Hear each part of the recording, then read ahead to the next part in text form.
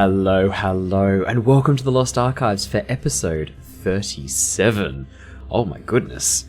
We're almost in the 40s now.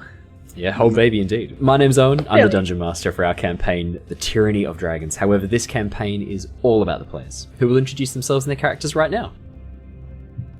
Hello everyone, I'm Claire, playing Mira, Dragonborn Sorcerer. Half Silver Dragon, half Red Dragon. Used to be a diplomat, is trying to still be a diplomat, is not doing very well at being a diplomat. That's the summary of Mira right now. Oh, rip. But, you know, she's just a long push. You're giving it a long hot go is how I describe it. Mm-hmm. Yeah. Mm-hmm. And I am Michael. I'm playing Lockie, the Warforged Artificer, who used to be on. I'm trying to do the same thing. Who used to be on a city, is no longer on a city, and is now In a city. Yeah. Wow, that worked. And you're playing a... Did I mumble that? Sorry, a Warforged Artificer. Nice. Made of clockwork. Oh my God. Who has currently a bit of a dick. Has a bit of a dick. Is a bit of a bit of a dick. I don't need to know about your attachments for... Yeah, Really about that. Ali, quick, tell us about your character. I'm Ali. I'm playing Lyra, the Moon Druid, who is a girl lost to time, and she's just trying to figure out her way in this new world. No. Absolutely. And then our player who was absent from last session, but he's back joining us again. I had an intense battle with food that had poisoned me. We failed a con save. It was a natural one on a con save. He was out for 3 days? Yeah, it was like trench warfare. Oh, Jesus. It was the battle of the soul. Oh, God. Felt like I was reliving the days of World War One. Not World War Two. World War One was you like. Can say that. Hey, I'm not actually saying anything. This is all just, you know. I don't think you can compare your struggles to people who've died in warfare, because you had a bit of an upset stomach for 2 days, because your tummy had the grumbles. But yes, I was away, and I'm Jared. I'm playing the character of Jin, who is, I've never actually told people what I am. I'm a Bard 5 levels, and Warlock 2 levels. I don't think I've ever actually said that. I always go, oh yes, I'm Jin, the resident shape changer, spy, blah blah blah. But yeah, so I'm currently playing, I think I'm just Jin again. Oh no, actually, what would I be, Owen, right now? I'd be a guard or something? At this point, you're still Jin. We're going to do a bit of a backtrack. So All for those of you who joined us last session, you'll know that Jin went off and did his own thing. We didn't get to hear what that was, but we are going to get to start the session with that. We did finish the last session on a bit of a cliffhanger. So I'm going to maintain that suspense for another 20 minutes while we talk about Jin's day. and then we will come back and we'll find out about the thrilling conclusion and thrilling continuation of what went down at the end of the last session. Before we get into all of that, I will do a bit of a general recap of the campaign in general, and then we'll jump into the specific recap for last session. So, Mira, Jin, Lockie, and Lyra have now arrived at Palin, capital of the Ocean Empire, and now the location for a council meeting of lords, spies, and mercenary groups, as the threat posed by the Order of the Dragon looms larger each passing day. Having thwarted many of this cult schemes, the Tempest Guild are the chosen representatives of the League of Adventurers at this historic summit in the Imperium, seat of the Ocean Empire. The group know that the Order of the Dragon has been around in various forms for centuries, historically attempting to use necromancy to bring the bodies of dead dragons back to life as Dracoliches, but in the past few years something has changed. The goal now seems to be the accumulation of vast amounts of gold, silver, and treasure by any means necessary. However, the group have discovered that wealth is not the endgame. The purpose of this hoard seems to be some integral part of a ritual required to release Tiamat, one of the evil betrayer gods from her prison far beyond the astral space. Other requirements or specifications for this ritual remain clouded and unknown to our party, except that a suspicion that Mira might be somehow needed or useful to its activation. After spending some time with Susurrus, a tiefling spy and member of the Harpers, a college of bards devoted to gathering secrets and intelligence, the party split briefly, with Mira and Jin visiting the embassy of Velixur, while Lockie and Lyra went exploring and shopping. While Lockie sold some of his internal components to purchase some new armor for Lyra, Mira and Jin met with Elia, a silver dragonborn diplomat who was in fact an ancient silver dragon in disguise. Mira and Elia spent some time reconnecting, Mira having previously worked for Elia as a minor diplomat prior to her joining the party, while Jin, disguised as a dragonborn known as Shenron, watched on in a guard-like duty.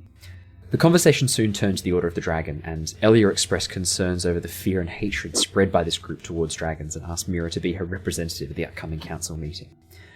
Agreeing somewhat tentatively, and in an advisory capacity only, Mira and Jin left the embassy, and then split pathways, with Jin heading off to investigate and do a little bit of reconnaissance of this Council of Lords meeting prior to the rest of the party being called inside, while Mira went to the Central Park to meet up with Lockie and Lyra.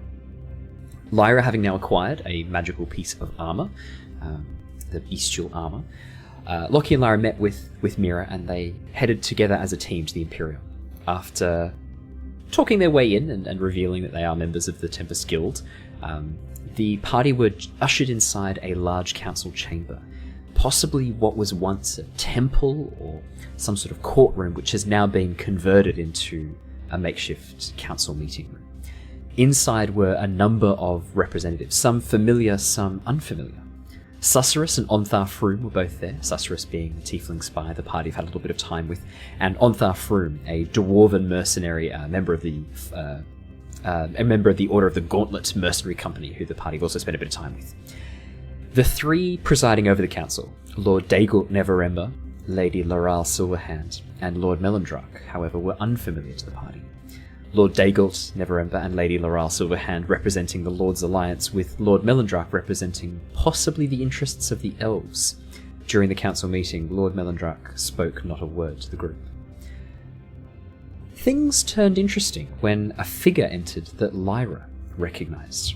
Romalia Haventree, head of a druidic circle, and an old mentor for Lyra back in the past, arrived at the council meeting to represent the interests of the Order of the Wilds, druidic forces at work in Oshia.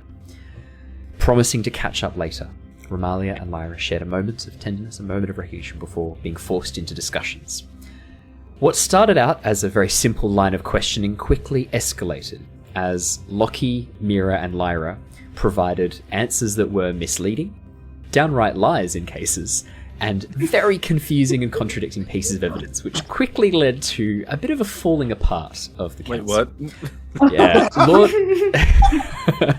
What? Duke Daegult Neverember was very keen to know the location and current whereabouts of the hoard of the Dragon Queen, that the treasure that the party had acquired on the airship, and the location of the cult where they had fled to. Both these pieces of information seemed difficult for the party to give across, with finally Lockie revealing that a member of their party, known as Jin, had all the gold on him in a little purse. All the gold on me? Yep. Well, he's not wrong.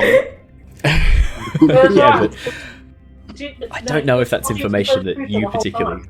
Yeah, Lockie did not lie once. Lockie didn't lie. No. But Lockie did... No, Lockie didn't say... I should say, Lockie said some things which weren't true, but which he believed to be true. Ah. He said some things that weren't factual, but he believed it. So it's not that Lockie was lying, because he believed it. It's just that some of the information Lockie gave was not correct, which I very much enjoyed. The party also threw Susurrus under the bus. Susurrus having previously asked the party to share as much information as they could, the party choosing to keep some pretty big pieces of information from her, like the fact they had recovered the treasure and that it was with Jin, or the fact that the cult had boarded a white dragon and flown off towards the north, information that they had not shared with Susurus previously. The council quickly devolving into a series of quite aggressive questions from Duke Daegult Neverember was cut short when all sounds ceased. The room felt silent as the low rumble of a horn echoed through the chamber. From outside, sweeping across the room, this low, echoing horn filled with sorrow, filled with malice, as it carried across the table before, fading into silence. And for another 3 to 4 seconds, silence was all that could be heard, before the normal sounds of the room returned. And the last thing that happened was Lord Melendrak, the elven gentleman, stood and said, "They have sounded the Drakhorn. It is over." And that is where we finished last session.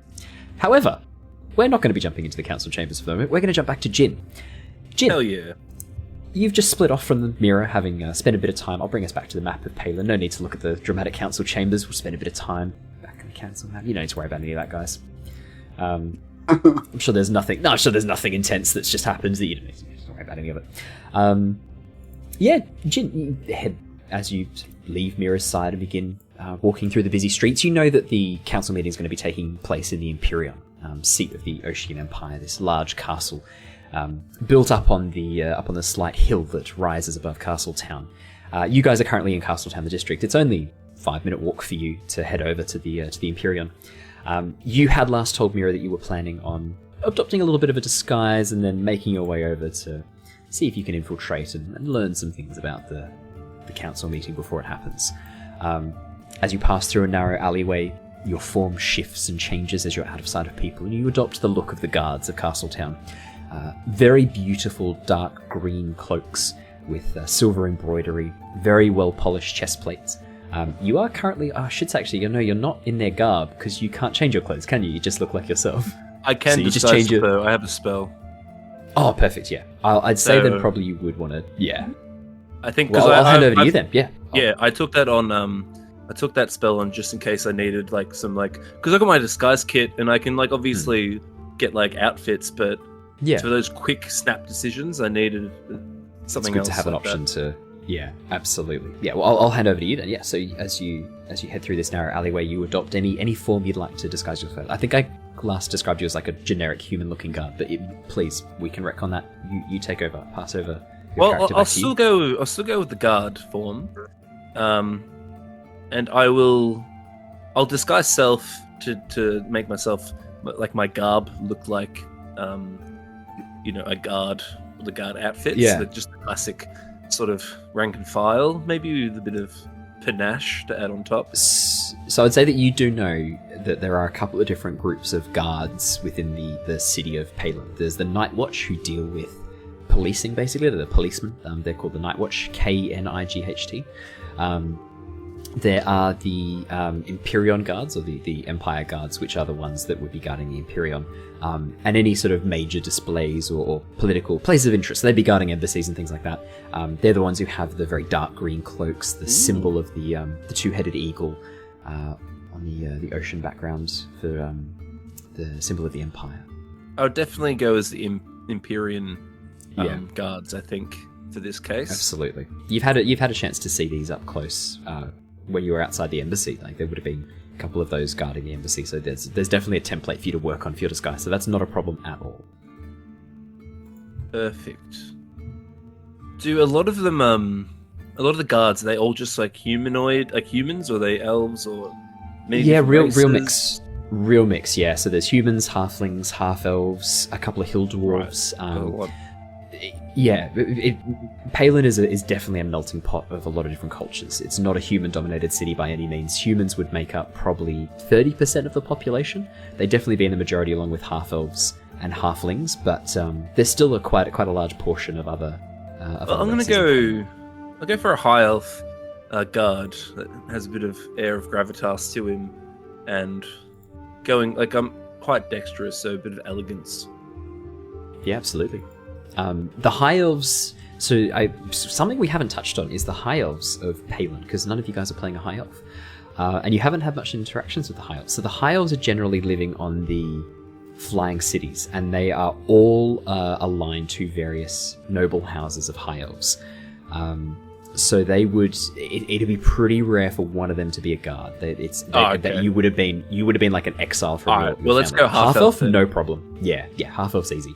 Let's go half elf. Yeah, we haven't done much with the high elves. When we get to one of the flying cities, we'll touch on the half elves. But yes, that's what I'll be. And so my character just at the moment will sort of have like gleaming, flowing blonde hair, like almost platinum. Oh, nice. Yeah, and absolutely. just a bit of gravitas to him. Absolutely. Don't need to go too much into it though. No. As you transform and head out of the alleyway, you get maybe one or two looks as people go like, "What the fuck was that man doing in the alleyway? Like, what is the Empyrean Guard doing out here?" But you quickly move on, not making eye contact with them, not interacting, just moving on. The closer you get to the Empyrean, the more of the Empyrean Guards there are, and all of them give you just a nod as you walk past. It seems like there's a lot of camaraderie between the Empyrean Guards. So as I'm walking past, I'll be holding my helmet under my I'm sort of in my nook of my arm. You know how absolutely. walk around like that, and I'm walking with like a powerful stride, trying to really assert myself. Just trying to assert. Yeah, a number of them are doing that too. It's a pretty common practice for the Empyrean Guards because it does get quite hot in Palin in summer. A number of the Empyrean Guards are doing the exact same thing. It's a very common appearance to see helmets removed during certain times. So no, you don't stand out at all doing that. You are. People nod to you. You get a few smiles. You get the occasional hello from some of the Empyrean Guards. They seem to be there's a lot of camaraderie, and the disguise as one of them seems to give itself and afford you quite a bit of anonymity amongst them. They see the uniform and not much else. Awesome. As you approach the front gate of the Empyrean, you are not even. There's no questioning. There is no asking of what you're doing there. They just step aside and let you straight through. In this outfit, there is no questioning at all. Sweet. I'll continue on. As you pass into the main foyer of the Empyrean, you can see a large castle standing before you. This is the Empyrean proper, Empyrean Prime, the seat of power of the Ocean Empire. As you sort of have a bit of a look around, could you make me a perception check? Because you don't actually know where the council meeting's taking place at this point. Wow. Natural 20, 26. Yeah. As you enter in and just sort of take a moment to look up and admire the incredible building standing before you, easily 6-7 stories high, of these sweeping towers and beautiful archways. The Empyrean it dates back to long before the ruin, built by elves and humans together as a sign of friendship. It is an architectural masterpiece. It is considered one of the constructed wonders of the world of Nostea. But as you sort of bring your eyes back down again and have a bit of a look around, you spot 2 guards escorting Susurrus, a tiefling who you've had some interactions with many times before. Yes. The purple skinned tiefling, remember the harpers. You actually see 2 guards escorting Susurrus and pointing in the direction of what looks to be a section of hillside, or a section of craggy hillside, where a small stone pathway leads up a series of steps towards what looks to be some sort of room carved out of the side of the rock. You see Susurrus sort of give them a smile and a wave, and then make her own way over while the guards turn around and begin heading back towards one of the gates. Yeah, that worked out well for you. Natural 20. Yeah, cool. So, yes, I guess I'll sort of... Is anyone escorting Susurrus? No. As they sort of got her partway down the path, pointed her in the right direction, and then they've turned and headed off as she's sort of given a smile and a wave. And from this distance, with your perception, it looks like she's indicated she's fine to continue on alone. Right. And she is trusted. There's no sort of second guessing or looking back at what she's doing. She's just allowed to roam free. It seems like she is probably known to these guards, or has been given some sort of writ of passage to enter and walk freely. Cool. So I'll follow her at a good distance, just sort of see where she sort of goes. Yeah. And I'll just keep at a good distance, enough that I'm not look like I'm tailing her, but enough that I still can follow. Yeah, absolutely. Now, I've given you control of a token. I just realized I didn't give them any vision, so I'll give them vision right now. Oh, yeah, that might help. So that you can actually see. There you go. So that's perfect. Right now. I can see. Awesome. The other thing I'll need to do as well is quickly add the camera so the camera can see things from your perspective. Perfect. Yeah. You see Susurrus begin walking up a series of stone steps next to a fountain. Large statues on either side with wings, and wings and swords outstretched that seem to be representing some god that you don't immediately recognize. Susurrus heads up. heads over towards the large stone doors built into the side of the mountainside and speaks with one of the guards before they open the doors, and she just walks on through and disappears from sight as the door closes behind her. Okay. So I'll make my way ahead. Yeah, absolutely. And I'll sort of get to this point. So you can see, as you approach that point and arrive there, you can see that one of the guards is speaking with two noble figures, a man and a woman, who have sort of just arrived, and they go, "Yes, we're here for the council meeting. We're here as members of the Lord's Alliance." Name, please. Why do we have to get... We're members of the Lord's Alliance. Surely we're past such formalities. I can't let you in without your name, please. As they begin sort of chatting to this guard. One of the other guards who's standing at the door, who let Sustrus through, gives you a bit of a wave and gestures you over a little bit closer as he spots you looking at these two. Hey, there's more bloody lords trying to push their way in, not on the list. It's amazing the sort of shit they think they can get away with, these rich folk, eh? Ah, yes. Well, they're always pushing the boundaries, it seems. Yeah. Oh, I take it you're heading around the back, eh? Yes. Yeah, fantastic. Yeah, absolutely. If you just head straight up to the north, there's a doorway in there that can get you into the main corridor. You can head on around that way. Otherwise, if you just want to head back down the steps, you can head down from the south as well. I'm not sure which region you've been assigned to, but look, I'd recommend for the moment some of the people there are a bit. I mean, you know, Duke Dago. I don't want to speak ill of a man who pays our wages somewhat, but he's a bit of a prick. Best not to be seen by him. Yes. If you can stick to the side walls, just be there, be present in case of danger, but just don't be seen too much, alright? Harsh but fair. He's a fair man, but harsh. Oh, I don't know if I'd describe him as fair. Definitely harsh. I mean, you heard about what happened to the workers, the dock workers that petitioned that warehouse under him. Oh, what happened? Oh, you haven't heard? That I have not. I've been away from the city. I've just returned. Oh, it's pretty rare for us to be sent out. Top secret mission, I take it, mate. Gives you a bit of a friendly I just sort of nod, and I just sort of say, as he does that, I sort of nod and go, a need-to-know basis. Oh, I was joking, but it actually is top secret. No, I look at him, and I'm not even laughing. Yep. Oh shit. Anyway, yeah, it's fine. A whole bunch of. I mean, you didn't get this from me, all right? It's just you just heard this on the streets. A whole bunch of the dock workers who were employed by one of his subsidiary companies, he calls it, one of his it's not his, but it is his. But it's not his, but it is his. Apparently, a shipment came in. Something, I don't know, they weren't supposed to see. A whole lot went missing. We're talking like 9 dock workers just gone. Clearly they're at the bottom of the river. Cinder blocks around their ankles. Wait, is this... I sort of lean in. Is this proven, or does anyone... Well, that's the thing. No one knows what happened to them. They're just missing. But, I mean, it's pretty suspicious. Whole group. A shipment comes in dead of night. No one's allowed nearby. The public are cleared away. Imperial guards are called down to keep people back. I mean, something fishy's going on there. Huh. This is a funny and joke. That's not to Dock mention workers and fishy.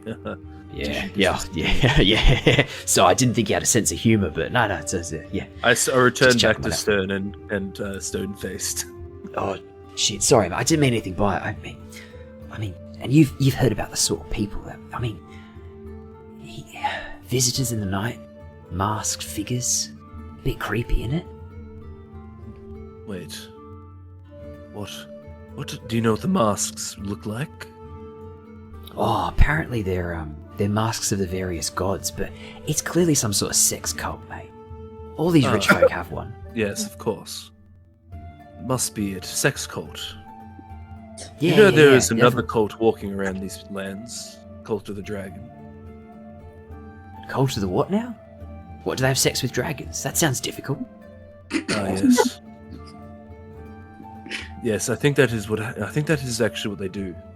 I have heard of. Man, I'm not into that sort of thing. I'm a bit vanilla like that. I sort of I just like a good time. As I'm Doesn't sort need of to get sitting, freaky. sitting there, this guy's going on. I'm starting to get like, when you listen to someone who's just sprouting utter bullshit. I'm just sort of sitting there, like, Do you want to make an insight check? Yep. Okay. Do you want to see how much of this he That's an believes 8. versus 8? I Okay. believe him. It's not insight's not so much about him convincing you. It's more about you're reading his body language and his tone of voice to see what you can learn about his thoughts, his inner dialogue. You get the sense that he definitely believes this stuff. Even with your 8, you think there might be a bit of embellishment, but he believes it, and he's just passing on stuff that he's heard, which means that probably these stories came from somewhere. You don't think he's making them up. You think this is stuff he's heard and he's just passing on. It's just gossip, is what I would say with your insight of 8. It's just juicy gossip. The guards like to share juicy gossip. It's very clear that there's a sense of camaraderie amongst the Empyrean guards. Clearly they like to tell stories about the people they watch. Well, when you're a guard, it's not the most glamorous of jobs. Nah, mate, it's not that, is it? Oh, that was Pays out of alright, character, but we can go with that. Pays all right though. Hey, did you get the 2 silver pay rise?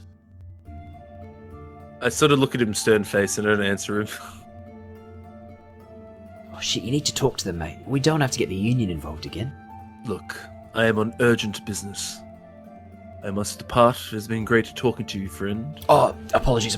Yeah. Just look down the stairs, through the door just underneath. He points past the statue. There seems to be what looks like just a complete rock face. Looking a little bit closer, you can now see there is a slight doorway built into the side of the mountainside there. Cool. Yeah, okay, Yeah, I'll go. sorry. I will. No, just. Yeah, I'll go that way. Yeah. So I sort of, as I depart from him, I'll give him a brief salute, and make my way down here. Absolutely, yeah. Walk on through. The door is unlocked. You can just open it, push your way through. As you do, you enter a long stone corridor that sweeps around to a series of rooms. It doesn't look as good on here, but I'll bring you across the corridor over to the left in a minute. I'll drop you off there. There you go. That leads to a series of chambers and rooms that look to be possibly some sort of... some of them look to be maybe holding cells, some of them look to be deliberation rooms. There's a library that you walk past as well. It seems like this place is probably... You're getting the sense that it's probably a courthouse. Mostly it's used as a courthouse as you pass on through. There's a number of rooms that are just filled wall to wall with scrolls marked with different dates along the thing that you think probably as you sort of pass through, you think, oh, that maybe could be judgments that have been handed down or things like that. But the more you sort of pass through this area, it seems like it's more of a secret courtroom. This isn't the courtroom that's used for the regular folk. This is used for stuff that is kept out of the public eye. And there's a sinister undertone here about what sort of stuff might have historically happened. You see a number of Empyrean guards taking up posts at various intervals, and down the end of the corridor you can see a large set of double doors that lead into some room beyond that you can't quite see. The hallway at the moment, there's no guards standing at this doorway. Okay. As you sort of enter this section, you can see there's a couple of guards 20-30 meters back from you, but this area here doesn't seem to be guarded as of yet. Yeah, absolutely. Yeah, so I can come through, I take it. Yeah. You just pass on through and close the doors behind you. As you do, you can see across the way from you is another guard of the Empyrean standing to attention outside the door. He gives you a bit of a nod as you enter, and leans back up against the door, staying a little bit under the shadow of the alcove so that he's not visible to those on the floor, but he is visible to you and to the other guards around the room who have taken up position. 2 knights in gleaming breastplates and long red cloaks have taken up position down at the bottom landing. And as you stand there and watch, you see Lockie, Lyra, and Mira, as well as Sussurus and Ontharr, having a discussion and being grilled by Duke Daegult Neverember, who is basically just tearing into them with like, "What do you mean? You don't know where the gold is? This is unacceptable." So, question: who was the guy who actually had the mistreatment of dock workers? And you heard Duke Daegult. Okay. Duke. How do you spell his name? Duke what? Dagult. D-A-G. Okay. Cool. Okay, so... Yeah, so I'm over here. I'll put myself there. I'm sort of in line with the other guard. Yeah. So yeah, okay, so they're currently all talking here. So he's just said to them, what do you mean you don't have the gold? Yeah, and that's when you hear Lockie go, well, it's with our companion Jin. He has a gold. I assure you it is in a safe location. Yeah, essentially. And that is where our timelines converge. As this discussion is happening, Lyra, sensing that the time for diplomacy is currently ending rapidly, gets up to go and leave, and as she takes a step away from the table, the silence hits, followed by the loud, low noise of the horns that echoes through the entire chamber. And in the silence, Lord Melandrak stands up. This elven gentleman who you definitely don't recognise, Jin, stands up and goes, "The Drakhorn. It has been sounded. God help us." And now we open it back up to everybody, the whole party. Oh. Alright, would I know what the Drakhorn is? You can make me a history check with disadvantage, Lockie. Mira, did you want to make a history check?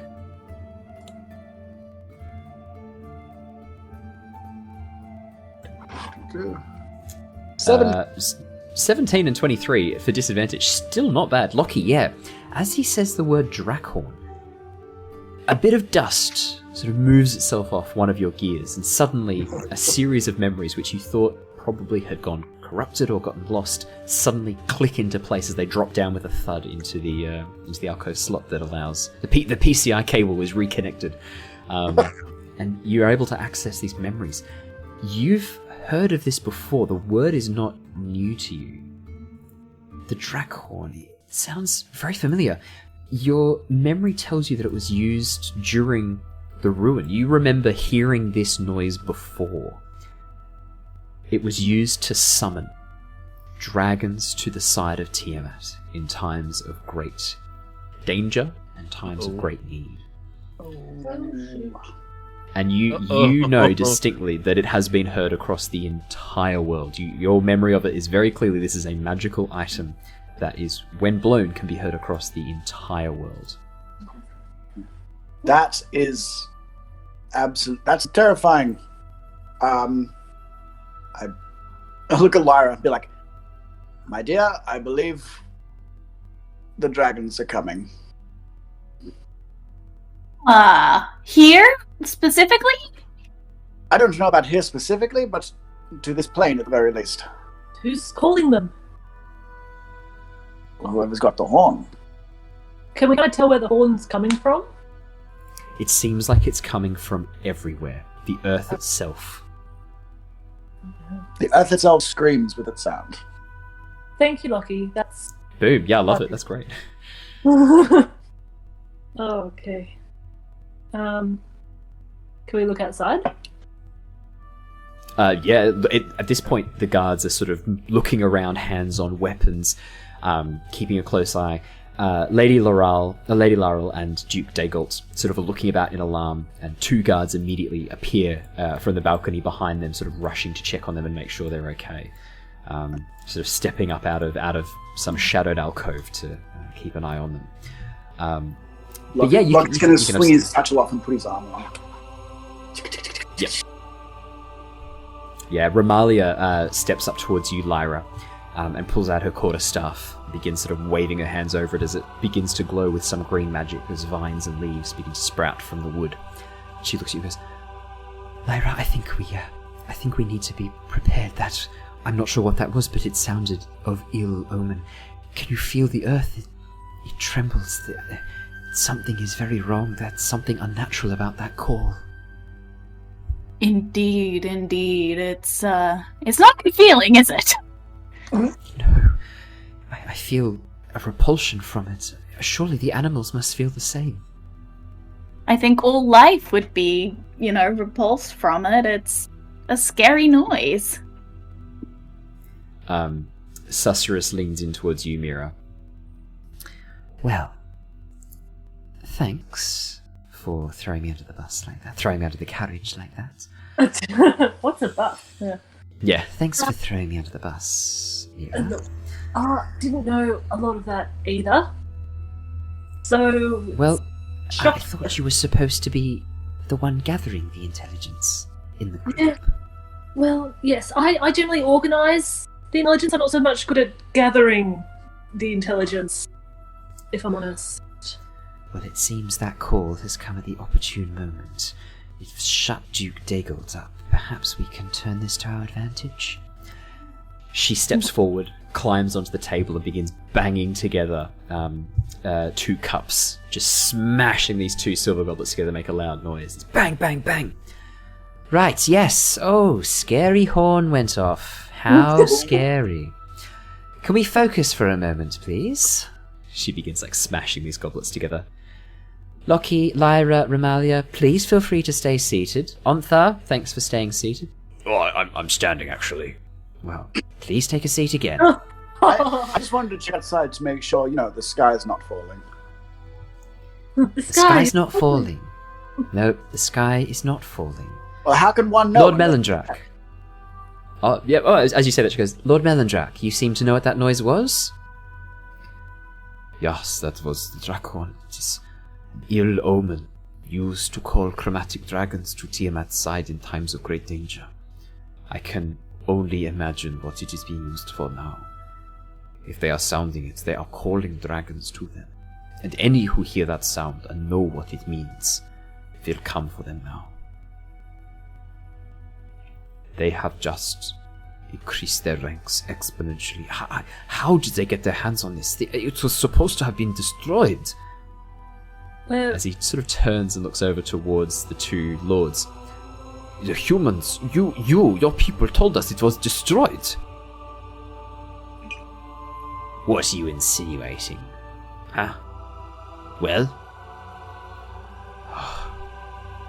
Perhaps it was wrong of the elves to rely on humans for this.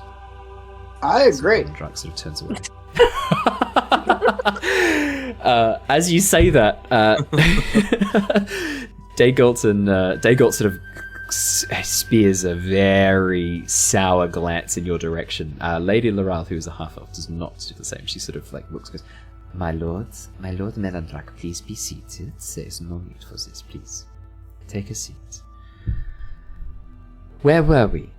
Her voice was, where were we? I believe you were going to tell us some more information. You were going to head out and investigate something? Was that the plan? Or have you had a time to get your story straight and you feel that you can now share some information with us? For one, where is this djinn you speak of? I'll do you one better. Who is this djinn? Nobody ever asks, how is this djinn, do they? Susurrus just sniggers a little bit Lockie, not now, please. This is beside the point. That horn is a declaration of war as far as we should be concerned. And we must investigate the north at once. That's what's important here now. The urgency is dire. You want us to commit to war when you won't even tell us where they've gone? North's a big place, girl. I thought it's not so simple as just... Yeah, you guys gave conflicting information about where it was. Oh, I thought we said that it was north, and that was kind of... That's the direction that the city was heading in. Yeah. So the bit that split off. So yeah, I'll be a nice DM. The bit that split off that had the vampire in it. No, not not that part. No, the actual city. The coordinates was where it was going. Before the the direction got changed. Yeah. You know that it was originally heading north, but I mean, Duke Dagult, as you sort of give the answer north, is like, North's a big place, girl. It's not that simple. What, we march up and cover the entire stretch of this continent with a line of soldiers holding hands? Wait, question for DM. That seems very... Yes. Yeah. I thought, okay, I think we got confused. Yes. I think I'm gonna step in. I actually wrote down. No, I have a question. Wait. Go Mira. Go Mira. No, it's Claire. Go Claire.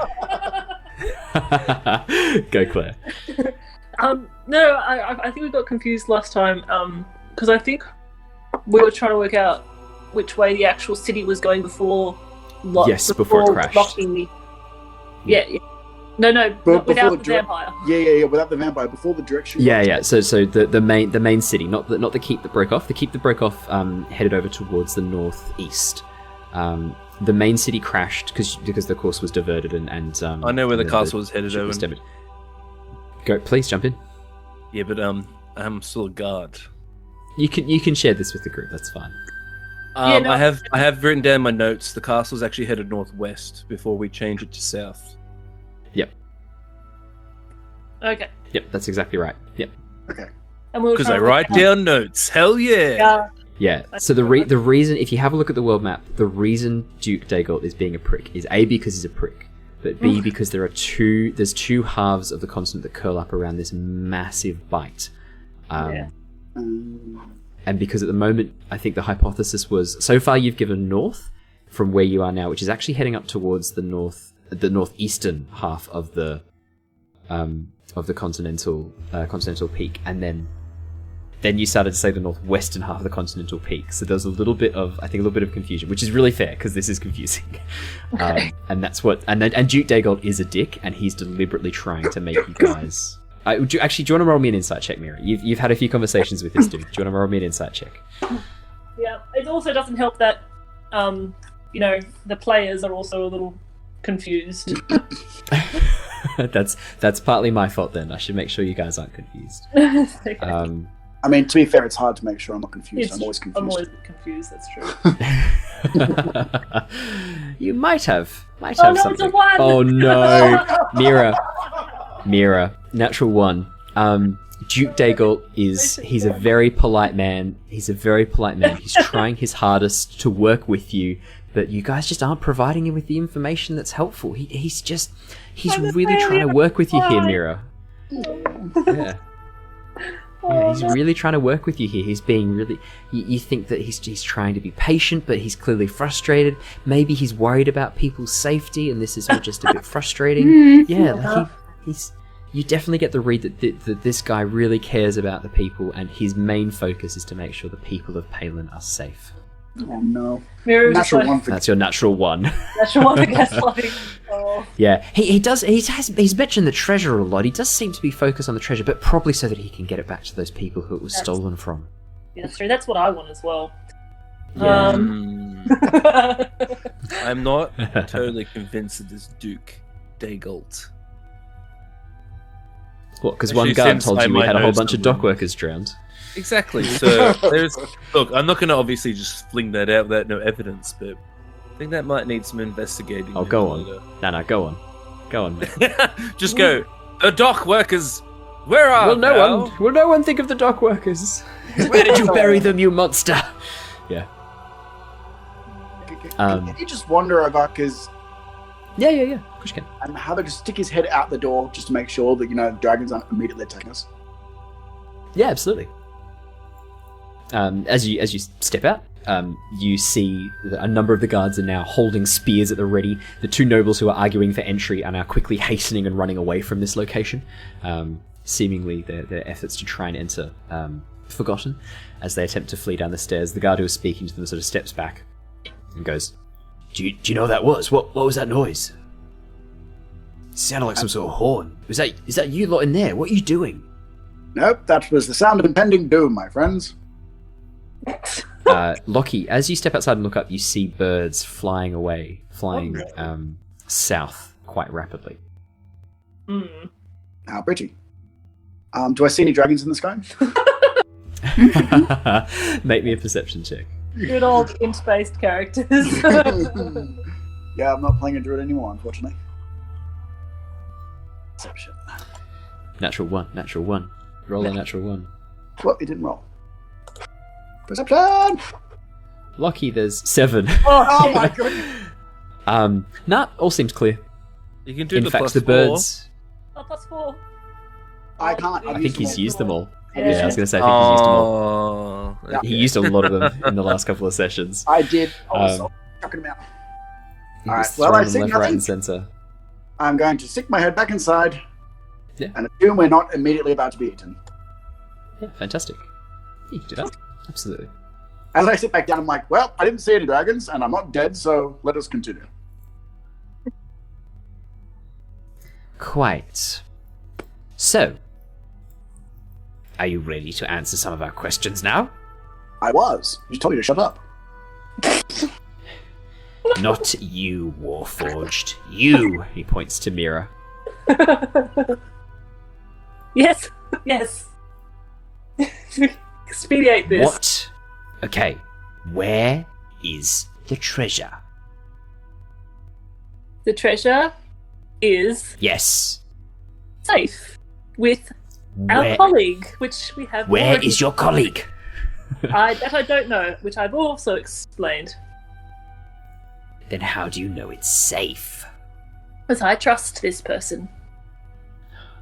And when will it be delivered to the Lord's Alliance? It will be delivered to its rightful owners, and you have already staked your claim, which I have noted down in my diary. He steps back, grumbling to himself as Lady Lyra steps forward. Yes, okay. Thank you, Duke Dagold. That is quite enough. I do have a few more questions. Now, my reports here, and she begins shuffling through some notes, say that you became involved with this group in an antagonistic role. You started taking them on after you had been to a town called Green Nest. Is that correct?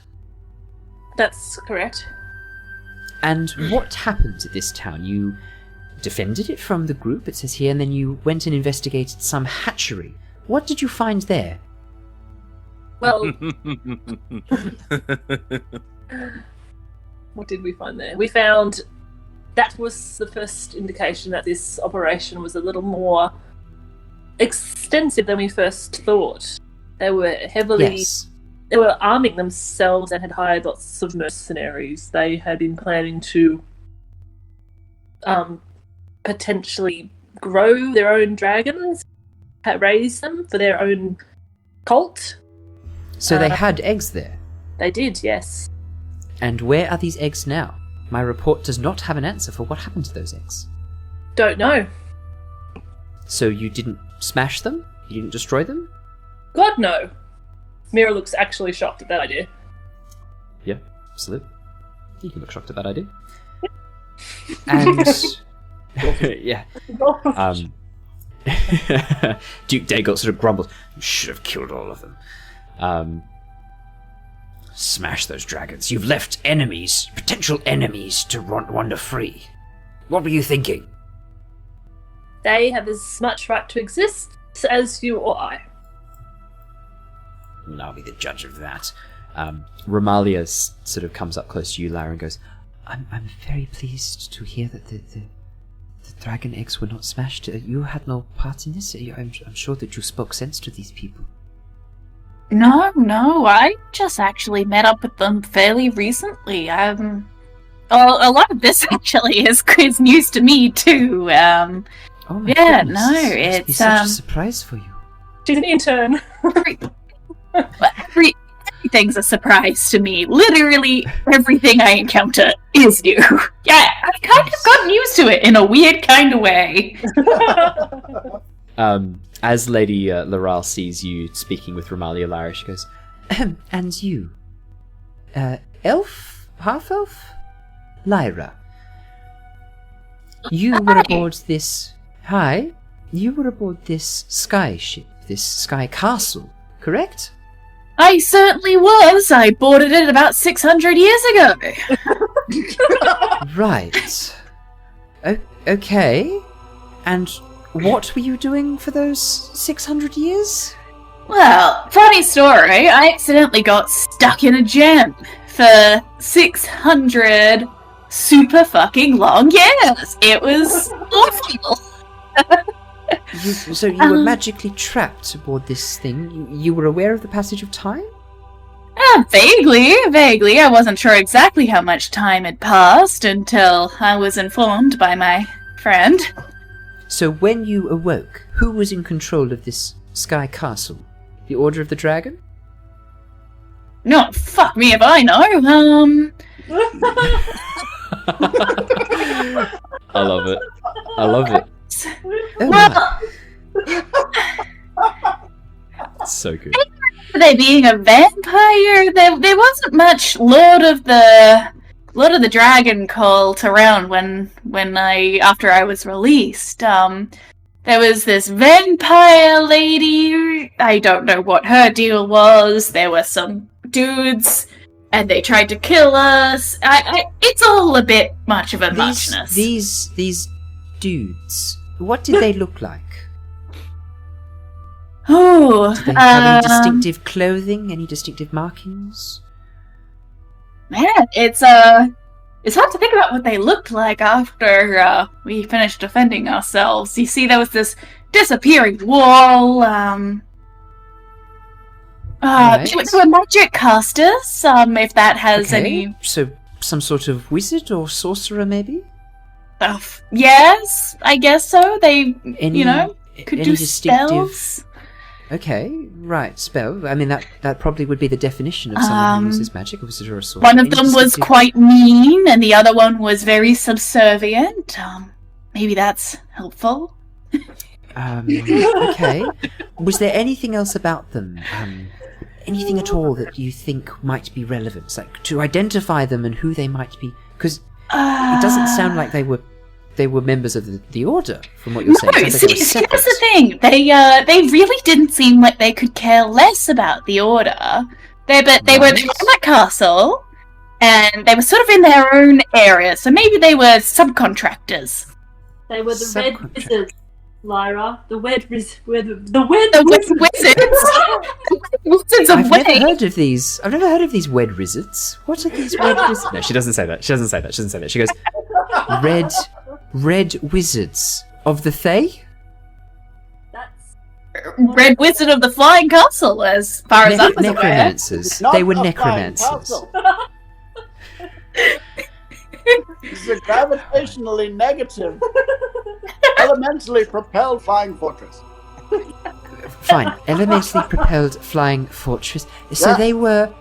they were red wizards of the Fae. Susurrus next to you goes, "Are you fucking kidding me? Is there anything you have told me? You were... What the fuck am I doing here?" Seriously, what the fuck are you guys doing? Are you not going to share anything with me? I'm just putting things together. I'm just really realizing it now. This is absolutely unacceptable. How can you not be sharing this vital information with me?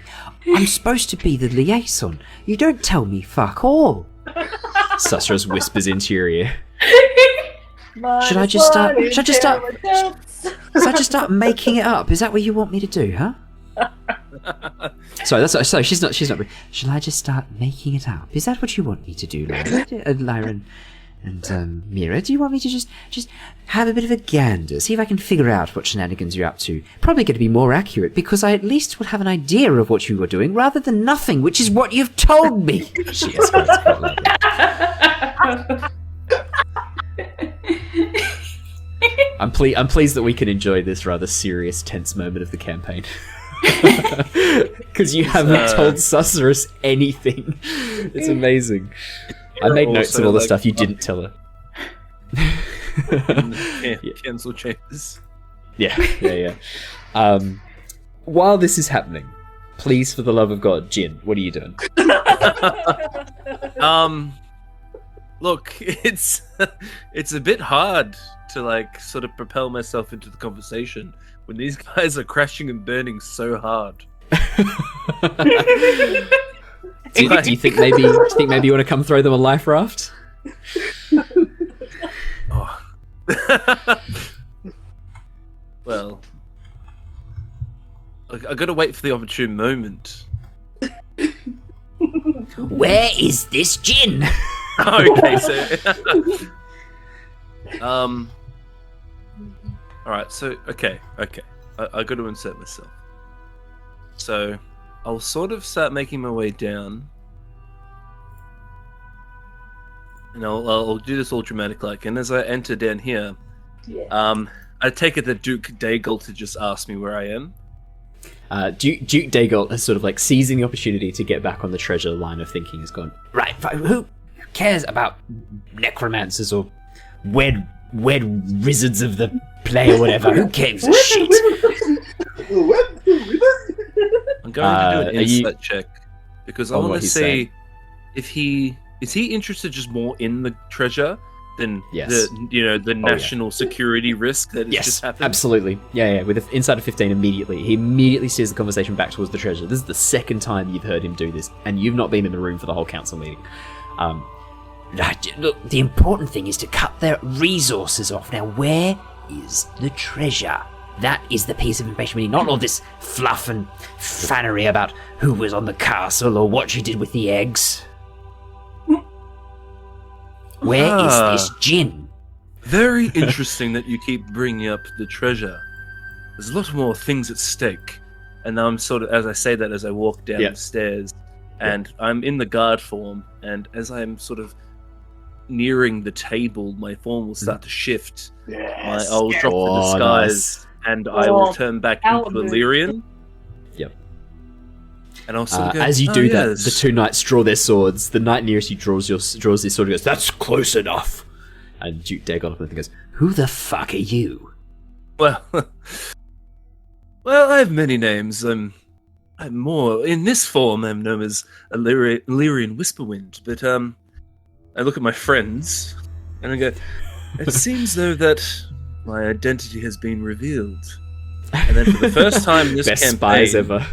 Mira's crying at this point. the first time in this campaign, I'm going to actually flash my actual shapeshifter, my changeling face.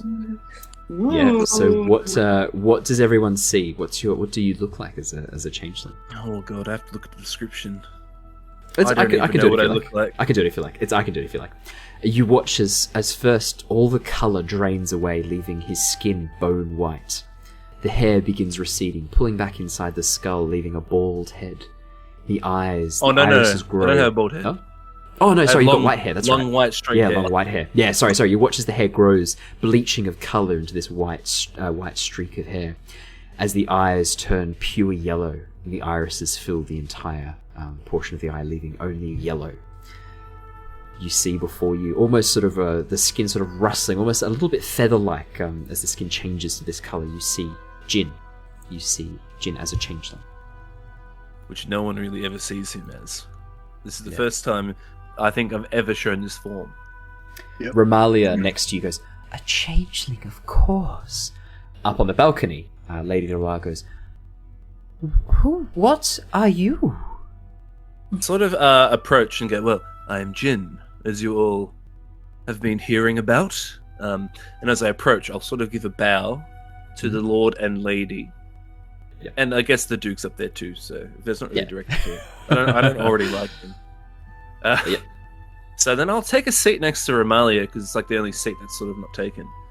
And I'll sort of sit down and go, Oh, actually, as you walk in, Romalia will move aside to let you sit next to your Oh. party. Absolutely. No. She Okay, immediately I don't clears mind. space. no, She's I a- insist. okay. You look more than comfortable next to Lyra. Please, be seated. I'm more than happy to be here. Well, yes, Duke. Why are you so enamored with the treasure? Well, it's simple. If we can remove their ability to access resources, then what threat are they? Ah, yes. And of I course. myself have lost a fair bit of treasure to this group. I'm sure that a lot of towns and settlements across Oshia have as well. So, what would you do with the treasure? If you Well, got I'd it? use it to help fund the war effort. Clearly, we are in conflict with this group. Yes. Right. Would I know Duke? Would I know the Duke just from being, living in Palin? Would I know of him at all, like what he does? Make me a history check. You I just might want to know a know little bit more. Just want to know more, Yeah, like you- what you he's might been do. and stuff. 15 for history. You're getting some good consistent history checks going on. That's good. Duke Dagolt Neverember. He has a number of titles that he uses, but the main thing to know about him is that he has a lot of access to mercenaries. He is partially responsible for funding and training the Empyrean Guards, and he is responsible for some of the fighting force, particularly the mercenary fighting force of the Ocean Empire. He is... I'd say the 15. You'd know that he has a bit of a reputation for having his fingers in a lot of pies in terms of businesses. A number of businesses can trace their way back to him, but there's very few that he owns directly. It's all done by proxies. And so no one really knows what he's worth or how much money he has, or all the things and interests he has business-wise. And it's a very deliberate move to keep his assets and involvement in things a little bit on the secret, on the down low. Okay, well, he's not getting any of the treasure. Yeah. So, where is the treasure? Your companions say you have it with you. No, I Yes. believe I said it was safe. Look, my friend Lockie here is very literal. Very, very literal to the point. I love him. He's an honest fellow, but Oh, thank yes, you. very literal. So disregard that statement. For the most part, when we were in the castle, we did find some treasure, but not the amount we were sort of hoping to find. Well, then where is this treasure? Did you allow this group to get away with it? No, not. Well, we got what we could, and unfortunately, that amounted to 1,000 gold pieces. 1,000? That's all? Make me a deception check. That's fine. That's a flat-out lie. Can we have assisted? Probably not. No, It's if okay, anything, I'm if plus- anything, I'm you're plus 7. if anything, I'm tempted to give him disadvantage for the shit you guys have been saying. Look, But I feel like plus 7 deception, so yeah, and I'm not going to give him disadvantage because it was a cool as entrance. And on top of that, I think you guys have been punished enough by your own. I think your actions have had their own consequences. I don't think I need to punish you anymore. It's also not fair to take it out on Jin. I'll find ways to punish you for your. No, But okay, I will also. What I'll do as well, though, I will, as I say, 1,000. Like, however, we also found some platinum bars, 3. So it's a bit nicer. I also rolled 20 for deception. Yeah, so I saw the deception. He sort of looks and sputters and goes, Well, the report said that there should have What? been tens of thousands of gold on that skyship. Yes, but also when we're on the skyship, they Lucky were inside very is like Sky remarkable- Castle. Well, they were very remarkable at moving vast quantities of troops. Within a flash, the whole castle was evacuated. So all I could say is I'm sure they had some safe, sort of inbuilt methods Yes. to quickly evacuate the gold as well. We As you say recovered what we this- could. As you say, this Lady Laurel nods and goes, That was probably the role of the Red Wizards of the Fae. We were wondering what they were doing on the ship. It made sense when the cult was involved with the raising of dragon. I mean, the Order of the Dragon historically resurrected dragons to make Dracoliches. I thought maybe that was the connection with the Red Wizards of the Fae, but maybe they were being recruited for their magical abilities to transport and move things. Yes. So unfortunately, we got You the guys got fucking lucky with the way that played out. and not to. I was Thank- banking on my deception roll being good. It Yeah. was plus 7, so I was like, "Come on, Bard." But also the flow of conversation, like the way you guys brought up the Red Wizards of the Fae, but didn't discuss what their role was. It kind of then left it open for someone to put that together in their mind, especially with Jared nice. lying about the teleportation. No, I made a roll as well, but I was like, they would think this because they literally the last thing they were thinking is, well, what were the Red Wizards of the Fae doing there? And then Jin comes up and goes, yeah, well, they were probably there for teleportation, and then they're like, oh yeah, that makes sense. Oh yeah. Yeah, that makes sense. Yeah, I will look at seems very Suspects plausible. like, yes, I'm sorry that we didn't discuss everything, but we were. You discussed absolutely fucking nothing, Jin. Don't try and weasel out of this. I thought you were my friend. I thought we had at least a working relationship. Oh yes, look, unfortunately we're under the pump. A lot of things are happening, a lot of moving parts. I will say this though, we killed 1 or 2 Red Wizards of the Fae. So that will bode well for us in the long run. But after they'd already removed the treasure. So what was the point? Yes, unfortunately. But I'm willing to... The treasure we were able to find, we are more than willing to distribute amongst any of the losses Greenness might have, incurred, or maybe even beef up some of our military assets. Yes, well, I think that's most prudent. If you place it on the table, I'll ensure that it goes towards the military effort. Ah. So, I think it'd be better placed in the hands of, the military and, are you the man for that? Yes, of course. Lady Laurel holds up a hand and goes, just a moment.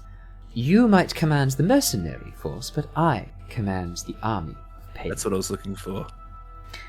I will hold this. Instead, to be used only for the war effort, if and when it is required. I will only take the platinum bars. Damn, 1,000 gold that you've collected will be distributed to the people it was taken from. Does this sound fair to you? She looks at the group of you. I nod. I rolled a 5 for insight. I was just checking to see if she was sincere. Yeah. You may place the platinum bars upon the table, my lord Jin. Yes, I bring out the 3 platinum bars. Yep. Place them down. I place them down, and I will say, and what about the 1,000 gold that we also recovered? That you may pass to Susurrus. Susurrus sort of looks a little bit surprised. I know that I can trust Susurrus to get this where it needs to go most urgently. I will look at Susurrus and go, well, we shall do this once we're out of the chamber, and, when I can give you the 1,000 gold. Susurrus sort of gives you a bit of a nod and looks a little bit confused about the fact that she's being delegated this job. Onthar sort of bangs his hand on the table. Right then, you've had enough talk about treasure and boring shite. When are we going to go hunt these fuckers down? Here. Right? Here indeed. You lot were talking about... You lot were talking about one of the... someone that you interacted with. I remember Sorceress was saying about someone called Varun or something like that.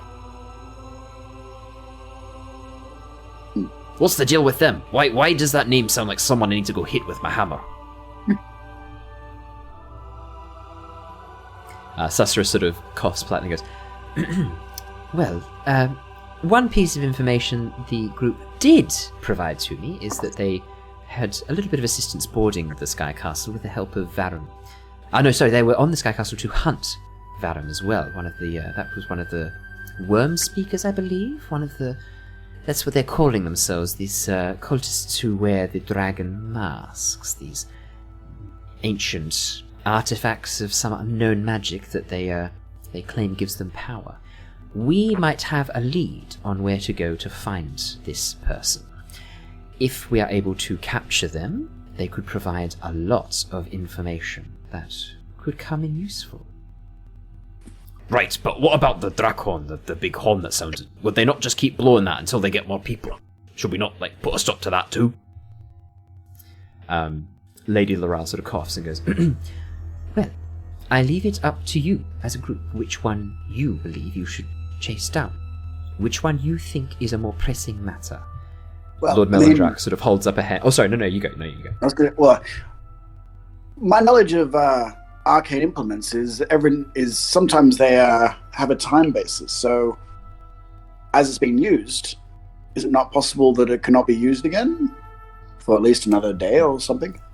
Absolutely. As you say this, Lord Melodrak is just nodding along. He was literally about to say that as he stands up. No. He goes and goes, I see you know your magic quite well. I was thinking that the plan would be perhaps to go after this worm speaker first, while I have some time to locate where we can find the horned Drakhorn. I will say this, I remember Varum. Yes, that is the white mask user. Dwarf. Dwarf! Fucking traitor! Onthar spits on the floor. I spit. Susurrus sighs. Can you please refrain from spitting your bodily fluids onto our chamber floor? Gods. But I will say... Does he do that every time? Hey, Varen is a shitty dwarf. No, I agree with you. I don't need to do it every time. It's the first time I'm finding out he's a dwarf. I felt the need to spit at him. Like, it's a way of, like, showing that he's not affiliated with my clan. It's a mountain dwarf thing. You don't need to worry about it. Okay. Fair enough. Yes. Just a second. He's clanless. That's what I was trying to say. Don't worry about it. It's a dwarf thing. You're too tall to understand. The air's too thin up there. I don't breathe.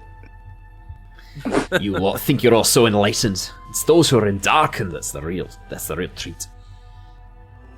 I see. But yes, I must say that I think Varum could potentially be quite an asset if we acquire him. He has the inner workings of the Horde. He's quite high up. One of the mask users. There are a few of them that we met. There's the black mask user, Resmir. Talus as Susurrus well. nods. You did share this information. Yeah. Susurrus nods. You shared that information too. She's very stoked that you shared at least some information with her. Galvin, the blue as well. From what I remember hearing, though, he was quite weak-willed. He could actually be the key to depending on things. Because if we get Galvin, and from his reputation, we could actually get a lot more out of him, maybe, than Varum. Lady Laral sort of looks towards Susurrus and goes, "Do you have a lead on this Galvin? Notes. Is this I someone put we should down be going weak-willed after?" right next to Nice. his name. I love it. Susurrus sort of looks and sort of goes, I don't have anything at this point that would tell me exactly where he is, but I could begin looking into it, my lady. I could see if I could locate where he is. The only lead I have at the moment is on Varum. He was spotted by one of our scouts not 2 days ago. Well, that definitely, if we have a lead on him, that might be the better one to go for now.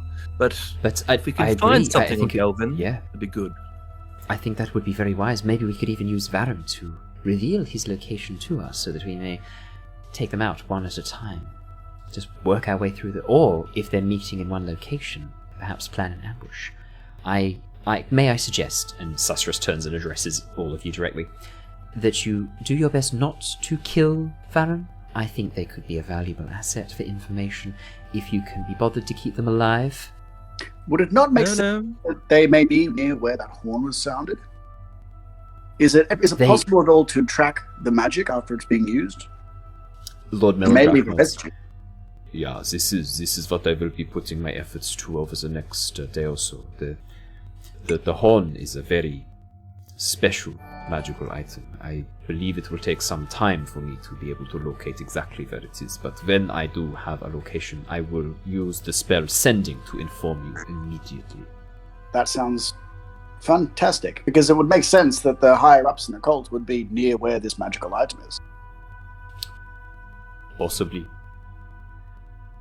Dagots will go, There's no way they'd be stupid enough to be hanging around the giant horn that anyone could locate with magic. Come on. Well, you don't know that. I mean, they're cultists. They are, in some way, spiritually inclined towards whatever it is they're doing. So perhaps they hold an item in high esteem. yeah, Lady Laurel is sort of nodding along. Yes, this makes some sense. If you are able to track, if you are able to track down where Varum is, and it turns out to be near the horn, please, 2 birds with 1 stone. By all means, feel free to capture or destroy the horn as you see fit. Even just dispelling the magic on it would be enough. Whatever you see fit. You are the appointed representatives of the Adventurers League, after all. And despite the way the council meeting began, I do believe that you are to be trusted. As she says that, Lord Melondrak is sort of nodding along. Duke Dagolt grumbles under his breath. I look. I turn to Mira. Hey, Mira, yeah, to be trusted. That's suspicious in itself.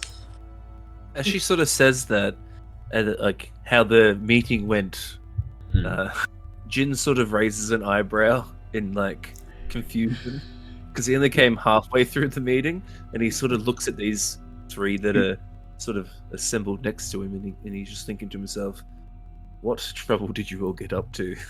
So you see, Exactly right. you probably see like Lyra with her bubbly, happy face, and then Lockie just like No impassive, face. and then Mira is just still tear. Just tears. Oh, yeah, 'cause you I'd said you say- were- I just realized you said you were crying before. Yeah. Just Yeah. laugh. I'd say probably with Mira, you also notice there's a little bit of flushed color to her cheeks, like she's a bit embarrassed. I think would be accurate too. Oh, What do you man. reckon, Claire? Like a little bit of blue on the silver side, a little bit of pink on the red side. Yeah. Yeah, there's a little bit of embarrassment there. Yeah. Well, we have much more that we need to discuss here. Thank you for attending this council meeting. You will be summoned for another in the future when we have another update and more information to share. I trust you will be prepared for this next one, Tempest Guild. Yes, of course. Yes, I'll make better notes next time. I'll write them all down. I'll use flashcards.